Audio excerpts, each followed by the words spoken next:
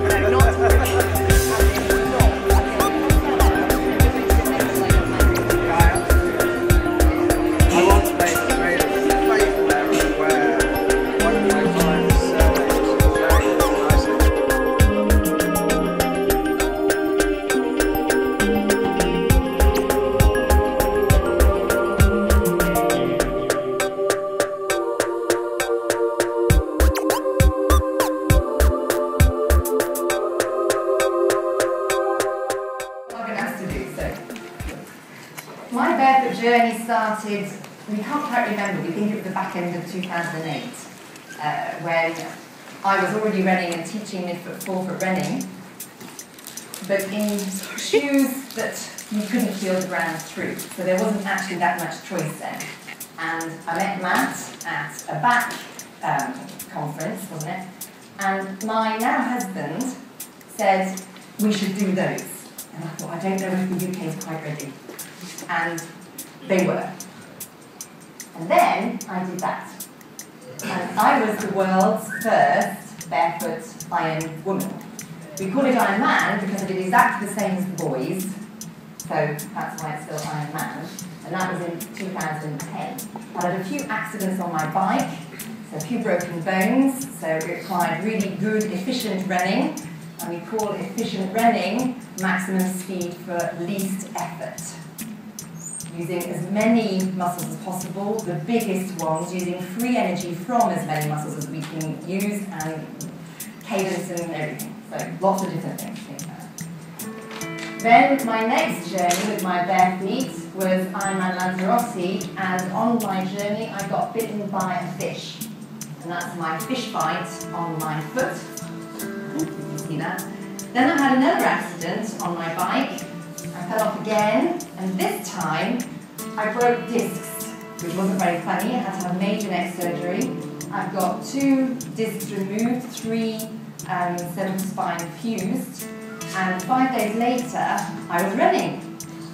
And my surgeon said, whoa, and I said, don't worry, I can run with you. Because I can feel the ground. And I run with minimal impact because I have transverse rotation, things I've learned to do. And then I did it against 2 surgeons' advice. I still did it, and I won, it appears. It was dark. There were some people that came in the light. I came in the dark, but I think I won, and that's me winning. And of course, having won Ironman, I needed some sparkly ones. So Matt and Mike got me sparkly ones as a wedding present for me to get married in, and that was very special. And people, when they were invited to go, they said, can I wear my 5 fingers? to my wedding. Of course you could wear 5 fingers. So there were suited guys there with their 5 fingers, and it's all better. There they are. We started with 5 fingers. It was a hot day. Then I decided I had to go a bit further. So instead of a marathon at the end of a very long day, I decided I'd do an ultra. And I'd already done a day of the ultra the previous year, but I tore my hip flexor at the end of the second day and got carted home. And that was just my own foolish fault. It was nothing to do with my fingers. This time I got lost a few times. So instead of 84 miles, I did 87, which was really annoying. Because I could have been there already and I was still at it. But I was still at it in pretty much the same vein as I was when I started, because once you start trekking with pushing running, using your body in as best way you can, by feel, you just keep looking a bit like that. And there was another guy there who did it in KSO, which was a bit silly, there's not much grip on KSO. And unfortunately, he put his foot down a rabbit hole and broke his ankle. And of course everybody said, so 5 fingers, shouldn't be wearing very silly shoes. It's like, yeah, but he put his foot down a rabbit hole. So 87 miles, and those were them. They're clean now. Then we did Lanzarote again this year, and this was after which injuries did I have this time? There was something. I can't remember. Anyway, there was a bit of drama as usual as I ran up to this event, but it was successful and I was faster than the previous year, so that was all right. And then we come to last weekend. So last weekend we had a little adventure down in Cornwall. Poor old Ted, he landed and then was carted off down to Cornwall, still jet lagged, and we met up for a team relay. Now this team relay had a few problems in the few days preceding, because Finn, the one next to Ted, had a dodgy foot, and I had prolapsed my disc, which I went back to Paul's presentation. I was thinking, oh dear, I have to go back to sucking my thumb or something. And there was a great deal of worry about whether or not I could do this. The therapist, of course, said, no, you mustn't. You can't run 12 miles off-road in a relay race. You've got a disc prolapse. And I thought, of course I can. I ran 5 days after neck surgery, and it will be okay. And Matt said, stick your bum out, put your pelvic floor up, take short strides, which we're going to do best. So off we went.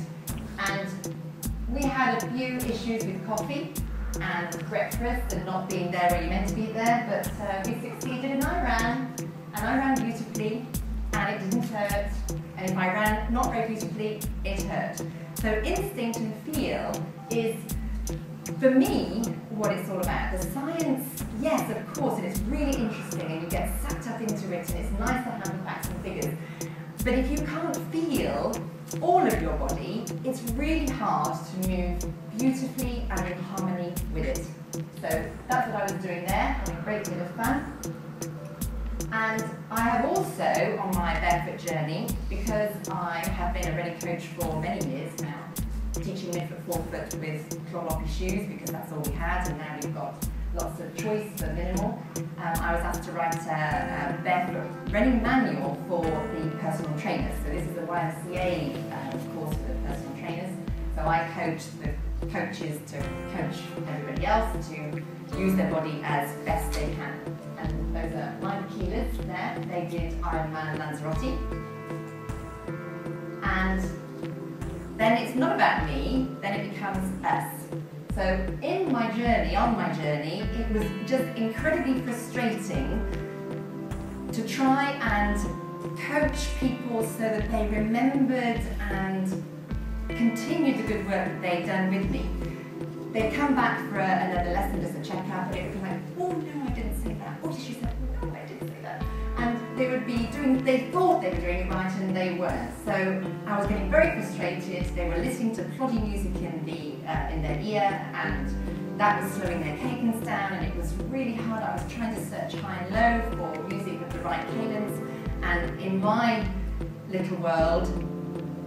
Sub 185 it's just spending too long on the ground, and it's going to hurt after a period of time. So high 180s, 190s, 200. I'm a 200 girl, 200 steps a minute, and it is, everybody is different, only we're kind of the same.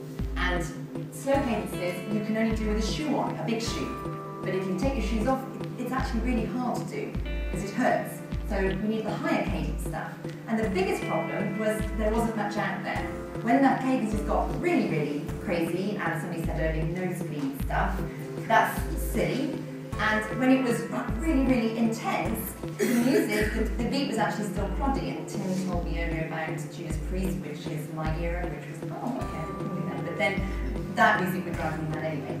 So I bumped into Kirsty, who was buying Five Fingers in my shop, and she said she's a musician. I thought, oh great, perhaps we could collaborate. So she made the music at the cadence that we need, and then I am coaching you in your ear so you don't forget what to do, and you have all of these little analogies like the would be what we seesaw with the loose hinges. And then when you have had enough of me, and I'll go in a minute, you can switch me off and just listen to Kirsty's instrumental. So then Barefoot Audio was born. So it's a